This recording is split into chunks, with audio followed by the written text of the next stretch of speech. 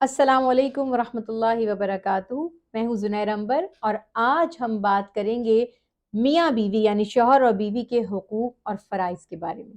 देखिए, ओवरऑल अल्लाह सुब्हानहू तआला ने फरमाया अर्रिजालु कव्वामूना अलन निसाई, कि मर्द यानी रिजाल जो हैं वो ख़वातीन के निगरान हैं, अलन निसाई यानी ख़वातीन पर। यहाँ सिर्फ शौहर या बीवी की बात नहीं है, बल्कि मर्द बहैसियत वालिद, बहैसियत भाई, बहैसियत शौहर, हत्ता कि बहैसियत बेटा भी, और ओवरऑल सोसाइटी में जितने मर्द हैं। जब बात आ जाती है ना मियाँ बीवी की, तो अल्लाह सुब्हानहू तआला ने कुरान पाक में फरमाया कि ये अल्लाह की निशानियों में से एक निशानी है, ये उसकी एक अजीम कुदरत है, ये उसकी एक नेमत है कि उसने तुम्हारी ही जिन्स से तुम्हारा जोड़ा बना दिया ताकि तुम उससे सुकून हासिल करो।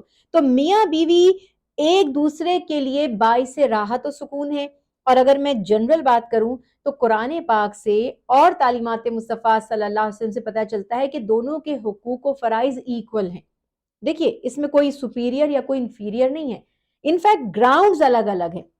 रसूल अल्लाह सल्लल्लाहु अलैहि वसल्लम ने जब हजरत फातिमा तो ज़हरा शहजादी कौनैन की मौला अली करमल्ला वजह से शादी फरमाई, निकाह फरमाया, तो फरमाया कि अली बाहर के जिम्मेदार हैं और फातिमा घर की मलिका हैं और घर की जिम्मेदार हैं। तो यहाँ पर इक्वल अथॉरिटी है। औरत की अथॉरिटी घर में सबसे ज्यादा है, वहां पे वो सुपीरियर हो गई अगर आप सुपीरियर कह रहे हैं तो। मर्द की अथॉरिटी बाहर है, उसने कमाना है, उसने डिसीजन लेने हैं मामलात के, तो वो वहां सुपीरियर हो गया। अब ये बात नहीं है कि कोई एक कमतर या कोई एक बरतर है, रिस्पॉन्सिबिलिटीज अलग अलग हैं। मसलन एक डिपार्टमेंट में मुख्तलिफ शोबे हैं, उन सब शोबों में जो हेड ऑफ डिपार्टमेंट है वो इंपॉर्टेंट है। वो ये नहीं कि मसलन एक यूनिवर्सिटी में आप देखें, इकोनॉमिक्स भी है सब्जेक्ट, साइकोलॉजी भी है और फिजिक्स भी है, सबके एचओडी हैं, सबके हेड ऑफ डिपार्टमेंट हैं। क्या वो आपस में लड़ते हैं कि मेरा सब्जेक्ट इंपॉर्टेंट है और तुम्हारा बेकार है? सबकी अपनी एक शनाख्त है, अपनी एक हैसियत है। तो ये माइंड में हमारे क्लियर होना चाहिए कि कोई इंफीरियर या कमतर नहीं है और कोई सुपीरियर या बरतर नहीं है। दोनों की जिम्मेदारियां और हुकूक शरीयत ने मुनासिब तरीके से मुकर्रर फरमा दिए, बस उन्हीं को फॉलो करना चाहिए। दीन इस्लाम चूंकि दीन फितरत है, तो यहाँ पर ये बहुत बड़ी कमाल की बात होगी अगर हम इसको समझना चाहें कि ह्यूमन नेचर के हिसाब से सारा लाइफस्टाइल हमें दिया गया है। हर चीज जो हराम और हलाल है, सारा निजाम इसी के गिर्द घूम रहा है।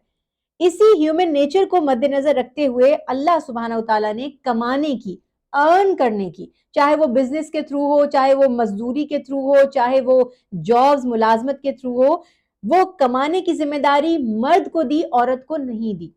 अब चूंकि मर्द को दी, तो अगर मर्द बाप है तो बेटी की किफालत करेगा, शौहर है तो बीवी की किफालत, उसकी उसके मेंटेनेंस का ख्याल करेगा, भाई है तो बहन का ख्याल करेगा, बेटा है तो माँ के लिए कमा कर लाएगा।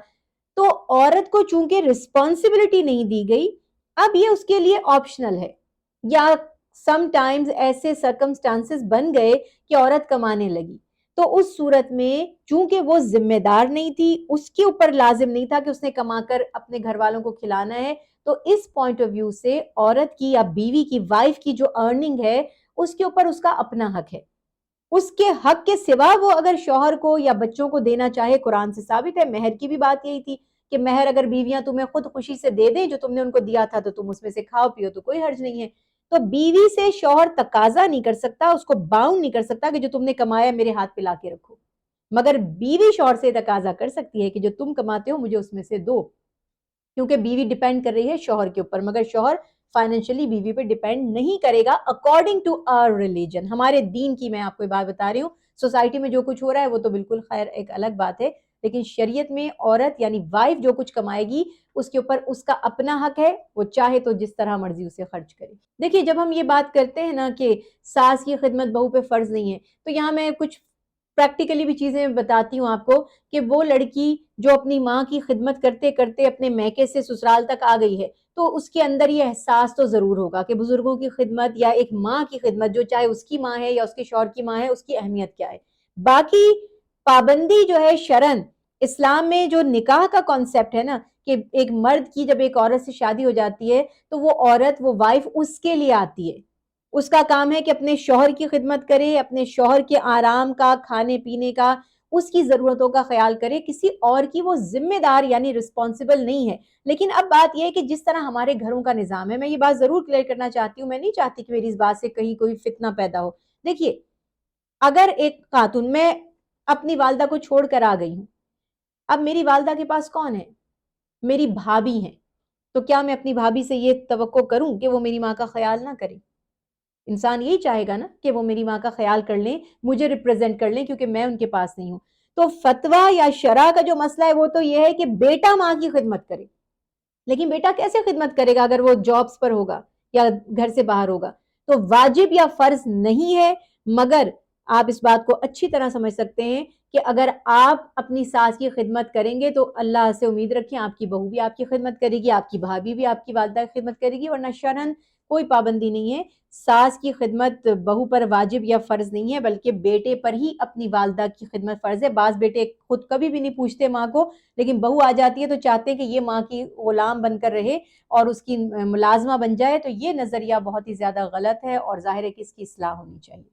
دیکھیے، یہ تو آپ کو پتہ ہے کہ ہر دور میں شیطانی نظریات پیرل چلتے رہتے ہیں، تو جو خواتین کے حقوق کا عورت مارچ نے کانسیپٹ دیا ہے، وہ خواتین کی دشمن خواتین تھی جنہوں نے یہ کانسیپٹ دیا ہے۔ وہ خواتین کی ڈگنیٹی نہیں چاہتی تھی، ان کی عزت نہیں چاہتی تھی، وہ ہمارے فیملی سسٹم کو، ہمارے وقار کو تہس نہس کرنے کے لیے کسی نے یہ ایک کانسیپٹ انٹروڈیوس کیا، یا انٹروڈیوس انہوں نے شاید بہتر طریقے سے کیا ہو، اس کا حال بعد میں کیا ہو گیا۔ جو شریعت نے عورت کو حقوق دیے ہیں وقار کے ساتھ، اگر آپ آزادی کو حقوق سمجھتے ہیں تو آپ پوری دنیا میں جا کر دیکھ لیں۔ انگلینڈ میں میں تو رہتی رہی ہوں، انگلینڈ امریکہ میں دیکھ لیں، وہاں کی غیر مسلم عورتیں جب ہمارے اسلام کے بارے میں سنتی ہیں تو وہ حیران رہ جاتی ہیں کہ ہم تو مورگیج بھی شیئر کر رہے ہیں، ہم جب جاتے ہیں اپنے بوائے فرینڈ کے ساتھ کھانے پر تو آدھا بل ہم پے کرتے ہیں۔ ہمارے ہاں تو مردوں میں اتنی غیرت ہے کہ وہ تو پڑوس کی بھی خواتین ہوں گی تو وہ مرد یہ کہے گا میں بل دوں گا، آپ لوگوں کو دینے کی ضرورت نہیں ہے۔ میں ایک جنرل بات کر رہی ہوں۔ اسلام نے مرد کو غیرت مند بنایا تھا، عورت کا رسپانسبل بنایا تھا، اور عورت کو وقار اور عزت عطا کی تھی۔ اور جو حقوق اسلام نے عورت کو دیے، ہمیں انفیکٹ اس پہ بات کرنی چاہیے کہ ان کا امپلیمنٹیشن ہو، وہ پرفیکٹ ہیں، وہ مکمل ہیں۔ اگر آپ کو آزادی حقوق نظر آتی ہے تو مجھے جا کر بتائیے کہاں ان کے حقوق ہیں۔ 20 سال ساتھ رہتے ہیں، عورتوں کا استعمال کرتے ہیں، ان سے شادیاں نہیں کرتے۔ کیوں نہیں کرتے؟ پوچھئے نا، کیوں نہیں شادی کرتے؟ کیونکہ لائبلٹی لینا نہیں چاہتے، ان کے حقوق دینا نہیں چاہتے، اپنی جائیداد میں ان کو شامل کرنا نہیں چاہتے۔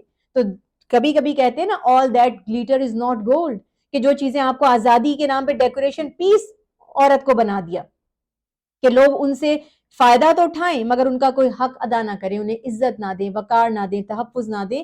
تو جو لوگ اس قسم کے فتنے اٹھا رہے ہیں یقینی طور پر دنیا میں بھی رسوا ہوں گے، اور آخرت میں تو ایسے لوگوں کے لیے سخت ترین عذاب ہے۔ قرآن پاک میں آپ کو پتہ ہے اللہ تعالیٰ نے فرمایا کہ الفتنۃ اشد من القتل، کہ فتنہ پھیلانا قتل کر دینے سے بھی بڑا سنگین جرم ہے۔